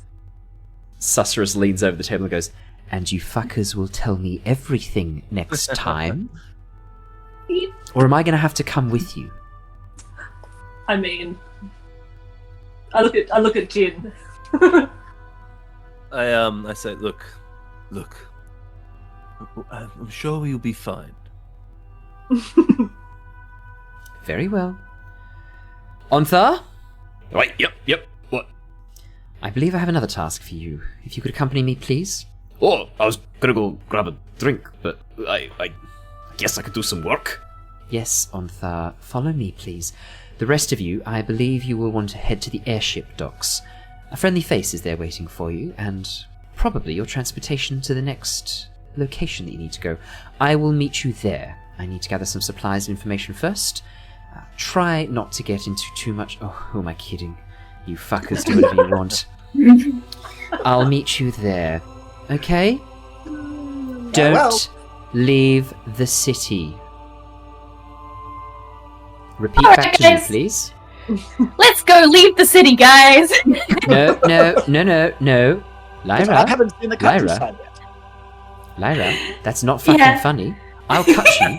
Don't leave the city. I assume you guys are sort of moving as you walk out while this discussion's happening. I'll cut you. Don't think I won't. Jin knows what I'm talking about. And I'll make it look like a bloody accident. I'll cut you. I'll make it look like a bloody accident. That's fantastic. Is that from what's that from? It's Mike Myers, isn't it? It is. It's like, I'll Fucking cut hell. you and make it look a bloody accident. That movie's so underrated. It let's is, watch that actually. again. It is underrated. I think there's a lot to come back for as an adult. Yeah, as you guys begin sort of moving out of the chamber, you hear Duke Dagult sort of speaking to the others, not very subtly, going, Well, that was a bloody waste of time. What the good fuckers are they? They're useless. Why, did you really think they're going to be able to accomplish this? They crashed the bloody Sky Castle, lost half the treasure. Last thing we'll know, they'll get to the horn and blow it themselves. As he's walking out, like he goes, "It's not a sky castle." I don't fucking care. nice, yeah. Actually, he doesn't say that. I much prefer you have the last line as you head outside. I actually much prefer I'm that. going being to. your I will one-liner. admit, is that Duke Yeah. Dagult talking? Yeah. As he says that, I'm gonna as he's saying that, looking as leaving, I'm gonna turn back to him and just sort of hold my gaze with him. If he looks at me, just a bit of a stern sort of look.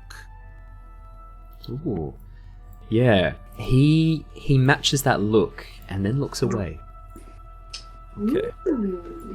Ooh, what could it mean? There you go, Jin. I'll just give you your actual character token. Oh, there we go. Perfect. I'm not nameless guard number 1. Yeah. Perfect. Yeah, you guys head out of the council chambers.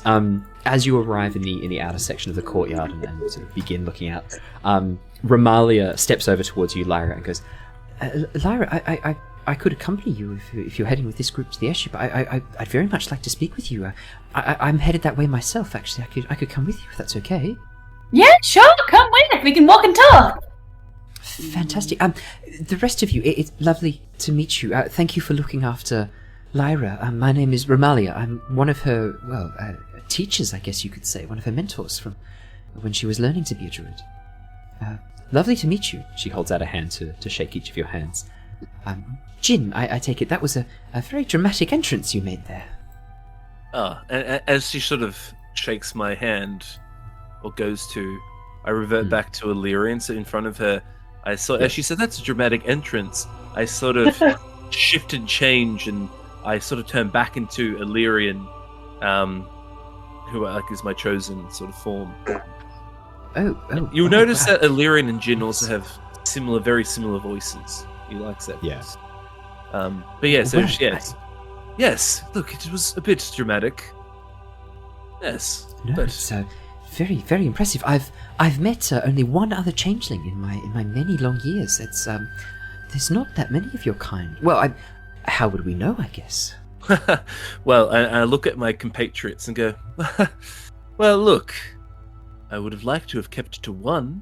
Didn't want anybody to know I was a changeling, but unfortunately they had to reveal my true name, and I sort of look at them sternly.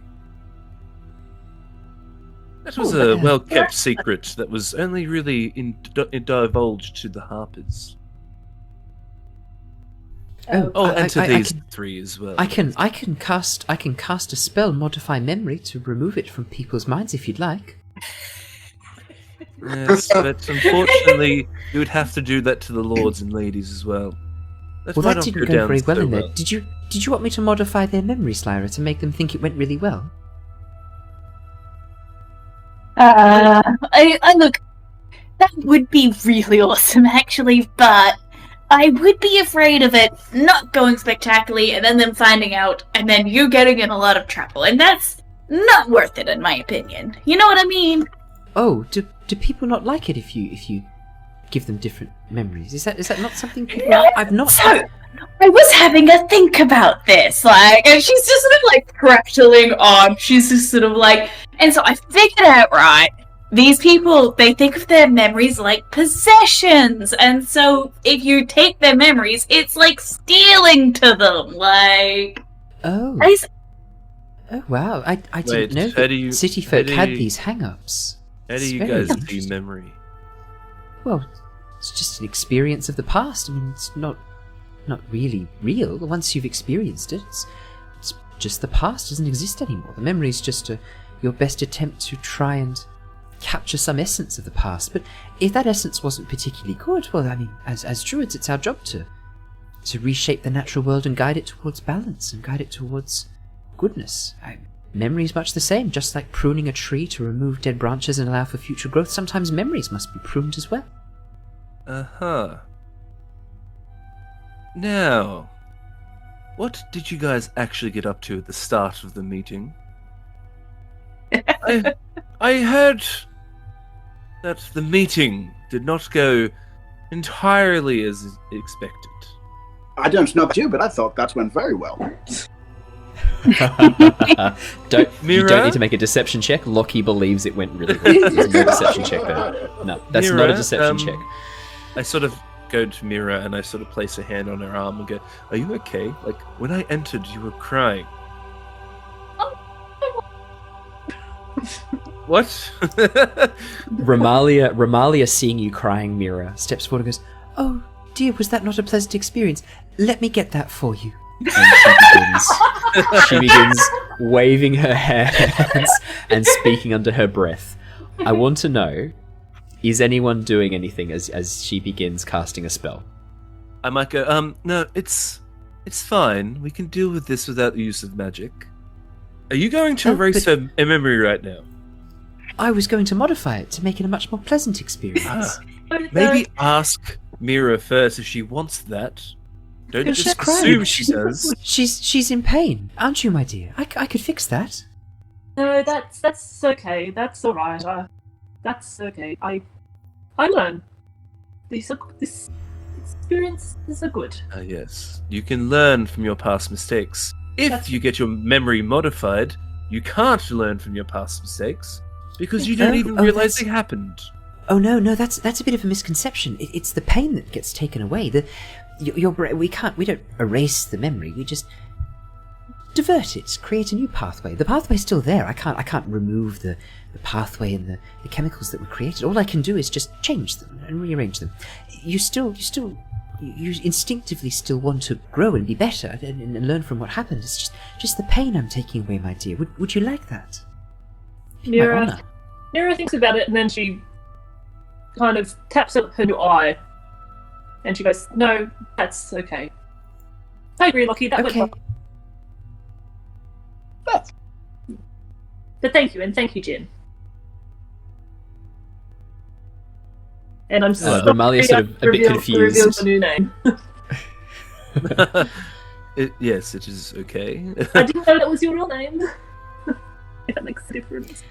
As you're speaking, one of the guards at the gate steps forward and goes, hey, have you seen one of the guards that was inside? I can't find him anymore. I sent him through the side gate. He's just gone. Do you know what happened to him? Have you seen one of the guards just wandering about lost?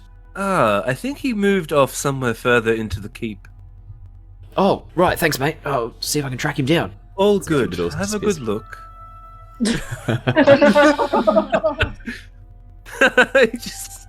Nice. But yeah, so I'll sort of... Well, look, I think we have a few things to talk about before we start going off and gallivanting around. There is an interesting thing I heard before I entered that I wouldn't mind making you all aware of. Is this the best place for this conversation, or shall we? Well, that's why I'm saying we move somewhere else. That sounds fair. Where should we head towards the airships, perhaps, or is there another location that's more secure? You know the city.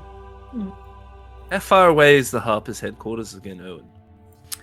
It's not that far at all. I'll bring you. I think for this bit we'll bring you back to the main map. Okay, How about that? I think that makes sense. I love that council chamber map. Thank you to Seafoot Games for that absolutely amazing map. That was actually pretty good. Yeah, it was cool. That's so cool. Yeah, that was part of their. There we go. That's part of their quarantine lockdown map pack. That you can get. I think it's like 400 maps for like $30. So. Oh wow. Thoroughly recommend if you're a DM looking for maps. Seafoot Games have got you back. So the excited wants to break back in and look at that machine again. So you guys are currently in the Empyrean, which is number 1.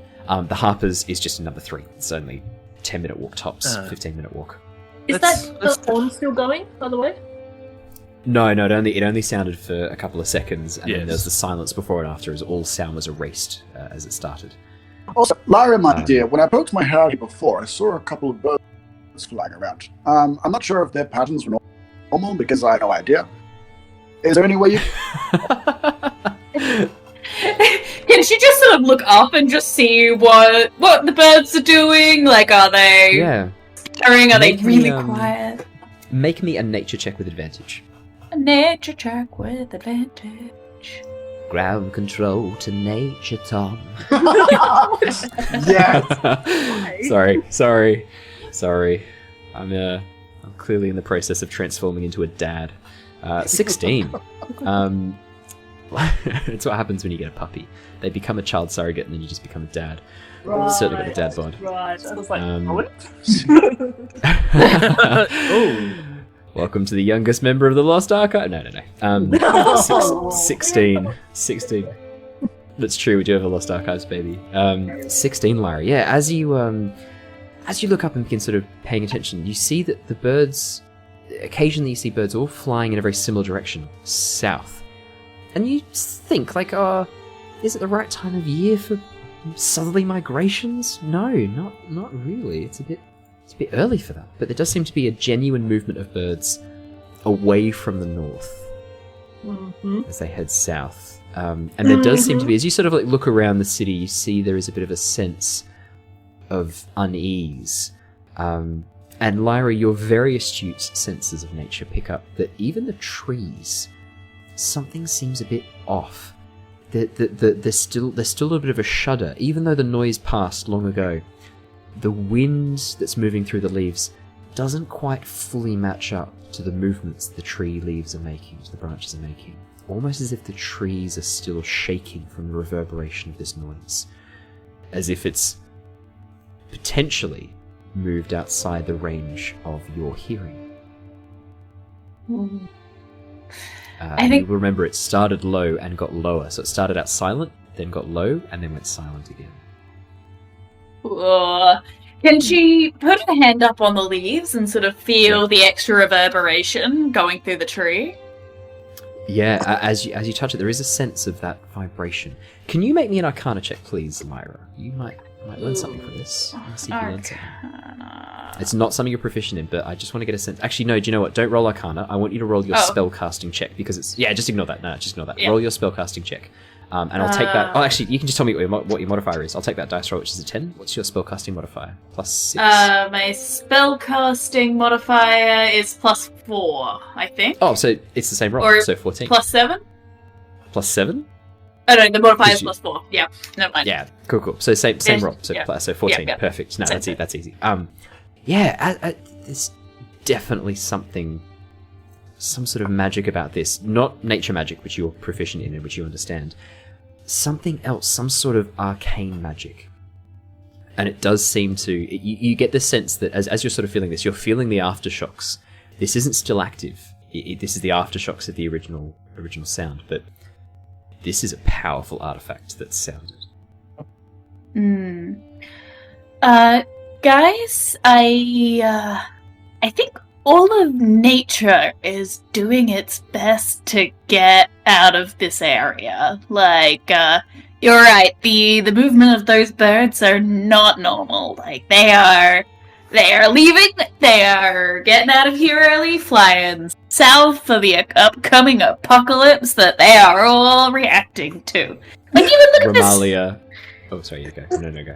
Look at this tree. It's shaking, like, outside of the wind, and obviously. But, like, look, come on. Can't you guys see that? Like, there is some wacky stuff going on right now, and I think we're fucked.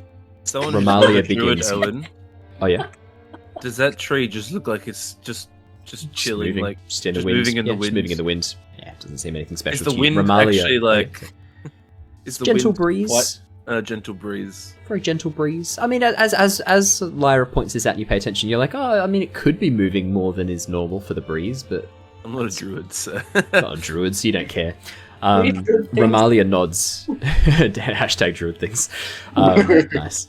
Romalia nods and goes, yes, I noticed it too. Lyra, your sense of being and sense of understanding of the natural world, you have grown since I last saw you. I'm very proud of the progress you've made, Lyra. Very, very proud. Ah, thank you. Very proud. Well, I am going to be heading to the airship docks. I need to head back to my circle. Yes.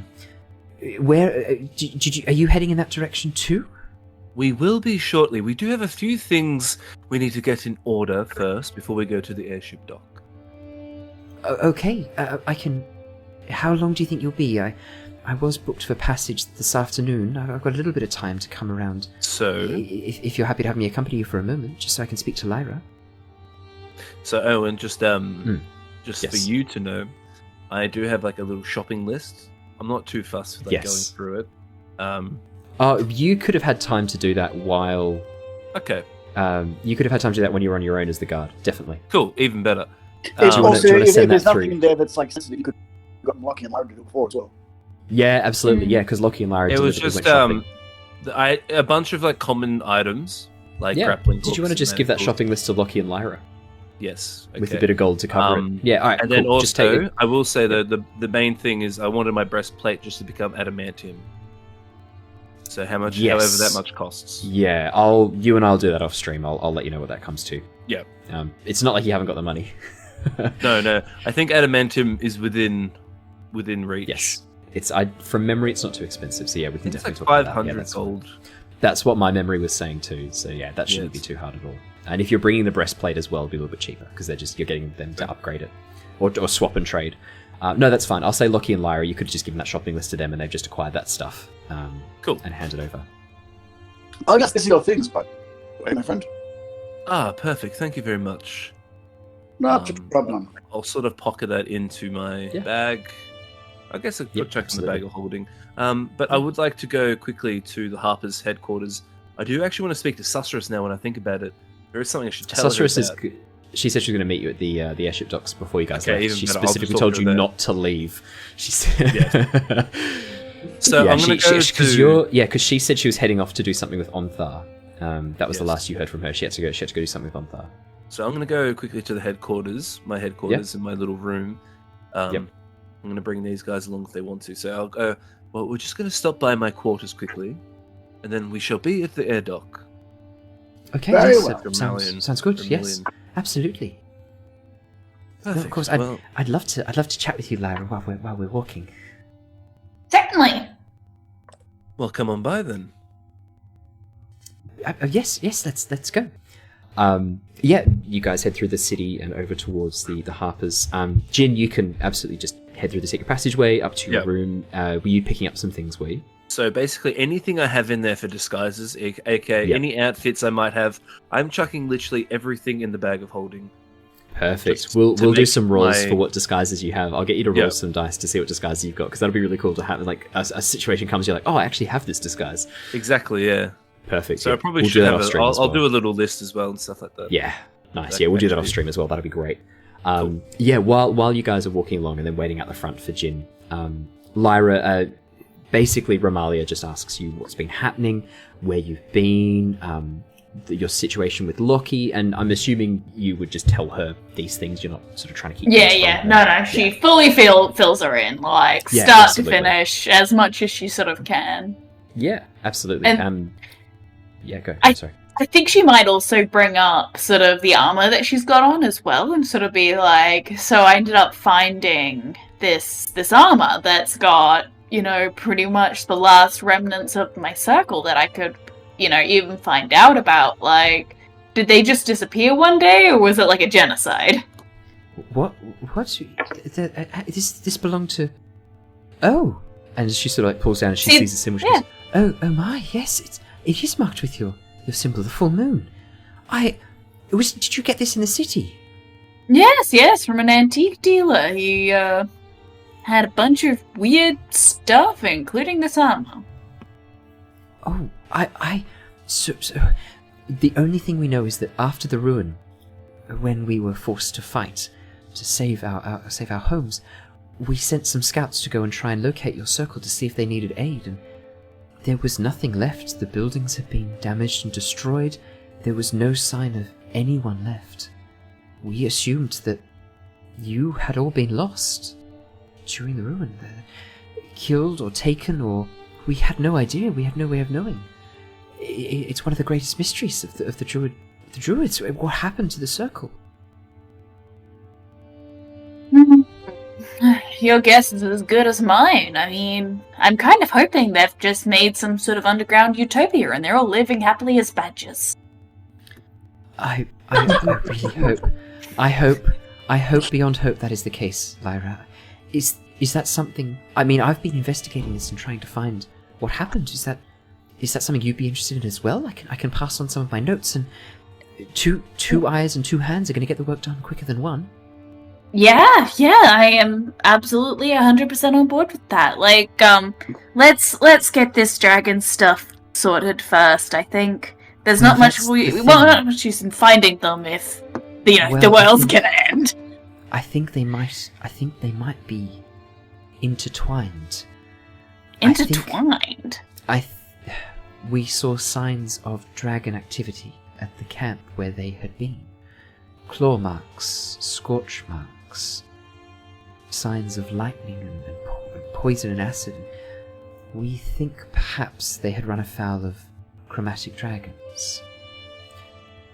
One of the things we found that was most distressing was a body of one of the druids, only one, half transformed into some draconic, wild-shape form. What? Were your people experimenting with different types of wild shapes, Lyra? You can tell me, it's a safe place. Not that I was aware of. Like, my shapes, and I was even been studying the Wyrens when I got stuck in the gen. But we were studying them for the sake of nature. Please be honest with me. Were you sent to study the Wyverns, or was that your choice? Because if your group were showing interest in dragons and draconic creatures, I worry that what happened to them might not be that far off for you. I mean, I went because I have an interest in dragons, as does a lot of druids. Dragons are an integral part of nature.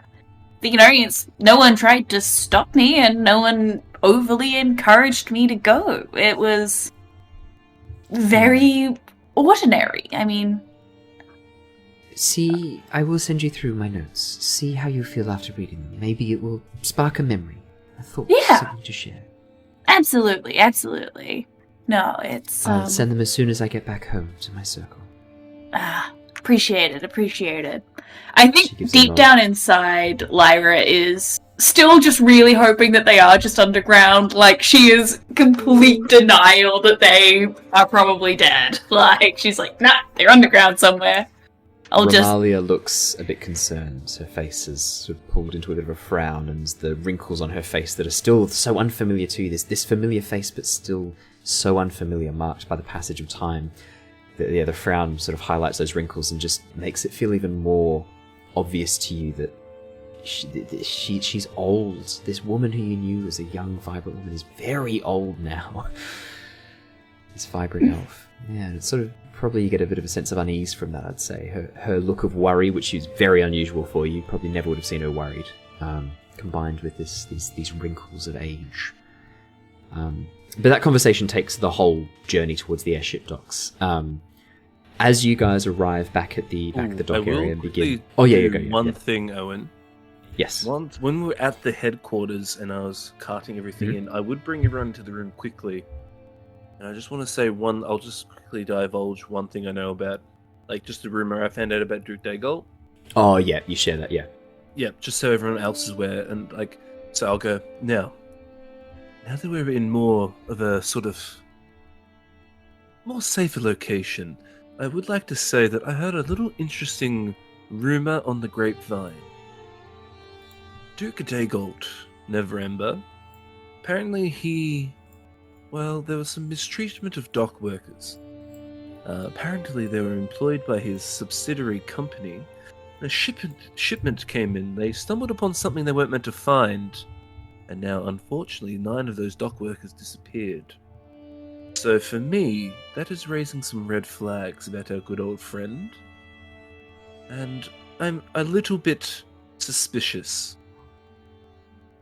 I would like to investigate that in another capacity, when we can, and I will let Susurrus know about this. She might already know about this, but he might not be all he seems. He was very focused on the treasure, compared to the national threat that we are facing. So there is something I just don't like about him. I didn't like that he was rude to Mira, but yes, I think we should probably keep an eye on him at least. Well, and these docks you were talking about, were they the water docks or the sky docks? Ooh, I think Water. I think Owen. Water. You said water because you were saying that they may be drowning. Yeah, no, definitely naval docks. Okay. So I should specify even more. Water naval docks. Yes, they were the water naval docks. So no sky. Let's just say the city involved. splits it into aqua naval and aero naval. How about that? Okay, cool. You can see maybe the top half is more, the aero naval, and the bottom half has the river running through it. Makes more sense. Exactly. It's nautical. Yeah, absolutely. So with that, I guess I'll just sort of let everyone know, and I'll say, so yes, we'll keep an eye out on him, and I'll let Susurrus know, see what she thinks, see what she says, and maybe we can have maybe we can look into it a bit more from the Harper side of things. But for now, let's make our way to the docks, the aero docks, the sky docks, and we'll take it from there.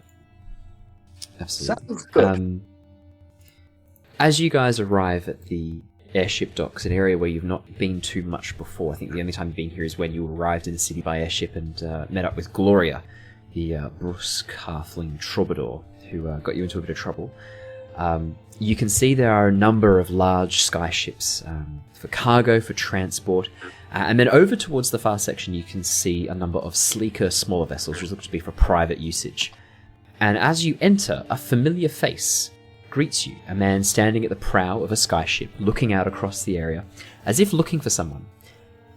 As he turns, you see the slender elven form of Leosin, the half-brother of Azure, standing at the prow of a ship.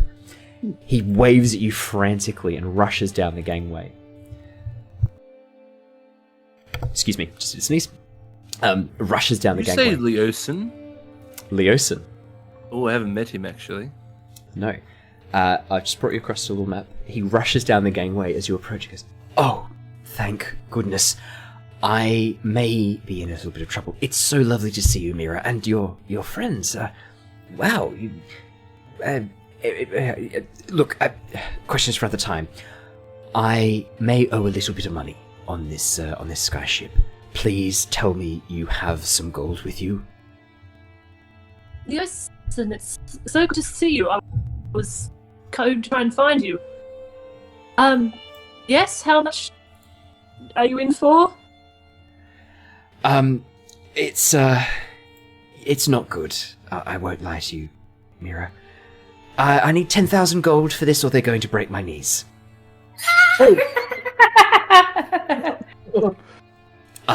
Yeah.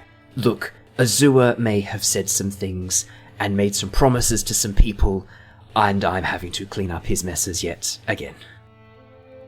But hey, what do you think? And he gestures over the airship. The ship you see before you is sleek and beautiful. About 30 feet wide and 80 feet long, it is a sky brig. Large propellers sit at the front and backs in a series of two, mechanical in nature. There is no sail. Underneath the ship are lines of electrum coursing with energy that, Lockie, you would immediately identify as containing elemental energy of air, which allow to provide lift. And then the motors provide thrust. Favorite elements. You can see as well that the airship has... you can see as well that the airship has what looks to be 3 levels. You can sort of look across and see the upper deck with the captain's cabin behind, and then 2 decks below where you can see windows through the gaps. All in all, a very impressive looking ship. And Leosin sort of, as he looks across, 10,000 gold or my kneecaps get broken. Please help. Wait, do you need all of that amount? Yes. Like right yes, now? Azua heard Loan Shark and he thought it sounded cool. Oh no. Maybe Is it a big loan shark? Oh. Yeah. Yeah. Can we invite the loan shark on the ship and then just drop him overboard? I was going He to looks. say that. He looks over the edge of the ship at the dry dock below, which is only like 20 feet below you guys. Obviously, when we're up in the air. Look, I'm sure we could try and invite them on the ship, but these are the sort of people you don't want to fuck with. He holds up a hand which has been broken. Yeah. Oh, Yeah. Yeah. Can Lyra grab his hand and just try and heal that? Are you going to do cure wounds? I do not What was have it, a sorry? cure wounds. Shove good berries in his I- mouth. Lesser restoration? Yeah. Oh, lesser restoration would work. Yeah, Well, that and he actually would winces help. as you grab his hand and goes, ow, ow, ow, ow, ow. And then as you concentrate the magic through, Come he goes, here. oh, that's, wow. Oh, that's impressive. Thank you very much. Leosin, lovely to meet you. Lovely to meet you too. I'm Lyra. Nice to meet you. Lyra, very nice. And I see you've, Mira, couldn't get any friends, so you decided to build one. I'm just kidding. Lovely to meet you. Warforged, hello. Hello, I was just admiring your wonderful vessel here. Well, yes, I actually have no idea how this thing works. I know how to fly it. I don't know how it works. Oh, I see. Well, do you want an explanation? No. If you could make sure that when things break, they're fixed, and make sure it keeps functioning, that's enough for me. I can absolutely do that. Actually, I believe I can even make it move a little faster. Do you look like I can make it move a little faster? I like how Lockie said, I can make it move a little faster, and then DM, can I make it move a little faster? I think what we'll do is next session we'll have you do some engineering checks on the ship to see if you can figure out stuff about it, and I'll give you some stats on the ship as well, Lockie. I think you're the best person to have them, so I'll pass that all through to you for next session. Cool. Owen, and you, lovely to meet you. As he steps forward and goes to shake your hand, Jin. I sort of look at him. I shake his hand in return, of course. And as I sort of do that, I sort of do a bow. Yes. What kind of relationship do you have with Mira here? I am unaware of who you are. Oh, Mira, are these not recruits for the Tempest Guild? Yes, that's right. I think I did explain. Leosin was the I'm I'm the more than steward. happy. steward. Honorary associate or honorary member, but I have other ties to the College of the Bards and the Harpers. So yes, I would love to be an associate. Maybe not a concrete member. I could change the paperwork to reflect that. Yeah, sure. Well, I have to say, Mira, it's lovely to see your face. I'm sorry to hear about Emmerich and Wiltix. Wiltix just disappearing, and then Emmerich also just kind of disappearing and going off on his own. What's with people just doing that stuff, hey? Yes, especially when they steal things in the League. Oh, you heard. I was hoping to take that information. I was hoping to wait till we were on board before sharing that. Yes, we will wait till we're on board. He took one of the you-know-whats. Yes, no. Wait, didn't you already tell us this, though? Didn't we? Yeah. Aren't we already aware of You already the know. eggs? Sustra shared that information. You do that outside this. Oh, you want to keep that hush. Yeah, hush. You Is know? there a sit? Yeah. Yeah, he just walked in, Lyra. He just walked in, Mira, and he just took one. I wasn't there. I was doing some paperwork. I didn't know he was in the guild. You'd think such a tall, loud person would stand out, but I have to say he was a sneaky bastard, and he just took it. I'm sorry. Well, we shall have to deal with him. Perhaps you might let Azure know, and he might be able to track him down. Well, that's exactly what Azure is doing right now. Excellent. Well, come on board. Let's see if we can sort out that 10,000 gold before my kneecaps get broken. Although, if you've got a healer with you now, maybe it's less of an issue. Maybe I just let them break my kneecaps and we take the ship ourselves. No. We need to pay them the gold. There's other things they have of mine as well. No. Can we just off these loan sharks, and then there are less loan sharks in the world? I think killing people is illegal. Is that not something you know about? Unless they try to kill you first, I believe. She hasn't been in the world for 600 years. Wow. Where do you find these people, Mira? How do you come across these people? It's a good question. Well, I was actually contracted by the Harpers to help out the Tempest Guild in their endeavours, and these two, we found them along the way. Literally. That seems to be the story. Yeah, seems to be how it goes with this bunch. There has been a lot of moving Let's get you on board. parts. Yes, I can imagine. Let's get you on board. Let's have a bit of a chat and figure out where we're next going. Susurrus has told me a little bit of information. Susurrus, pretty cool, I have to say. Cool spy. I wouldn't mind. Can we get a spy on the team? Lyra's eye just kind of wells up a little bit again. Mira's eye. Mira's eye. I'm getting confused. Yeah. So Now, as he yeah. says this, though, I'll sort of walk around him, Leos, and I'll just start changing forms into like Swabby Sea Beard. I'll bring out a different, like maybe 4 or 5 different personas, like an elvish, noble, and Okay. Yep. Well, I don't know. Would this suffice? Yes. Wow. Would this suffice, ye lad? Yes. My goodness. That's pretty impressive. Yeah. Wow. So much more useful than Emmerich. Amazing. Yes. I actually met this Emmerich that you speak of. And then I show his what did face. You think? Oh my, yeah. Oh no, please. I'd rather not. What's going on, lad? No, you haven't no. seen me for a very long time, have you? No, please, no. Please. And I use minor illusion. I hold one of the eggs in my hand. Oh my god. Thing. Does this annoy you, hey? I've got one of these right with me. And that is where we're going to leave things for tonight, because I need to think about the consequences of you bringing out a dragon egg on the dock of an airship, even as an illusion. I need to think about the consequence of that. I have to stop that there. Oh my god. Who's actually around? Yeah, huge numbers of people. It's a busy dock. Well, I will admit, it would only be a quick flash. It wouldn't be... No, I love it. Little show it and then dispel it. No, I love the idea that you're so into the idea of pissing him off and having a bit of fun with this that you do that. I love that so much. That is going to be great fun for me. Yes.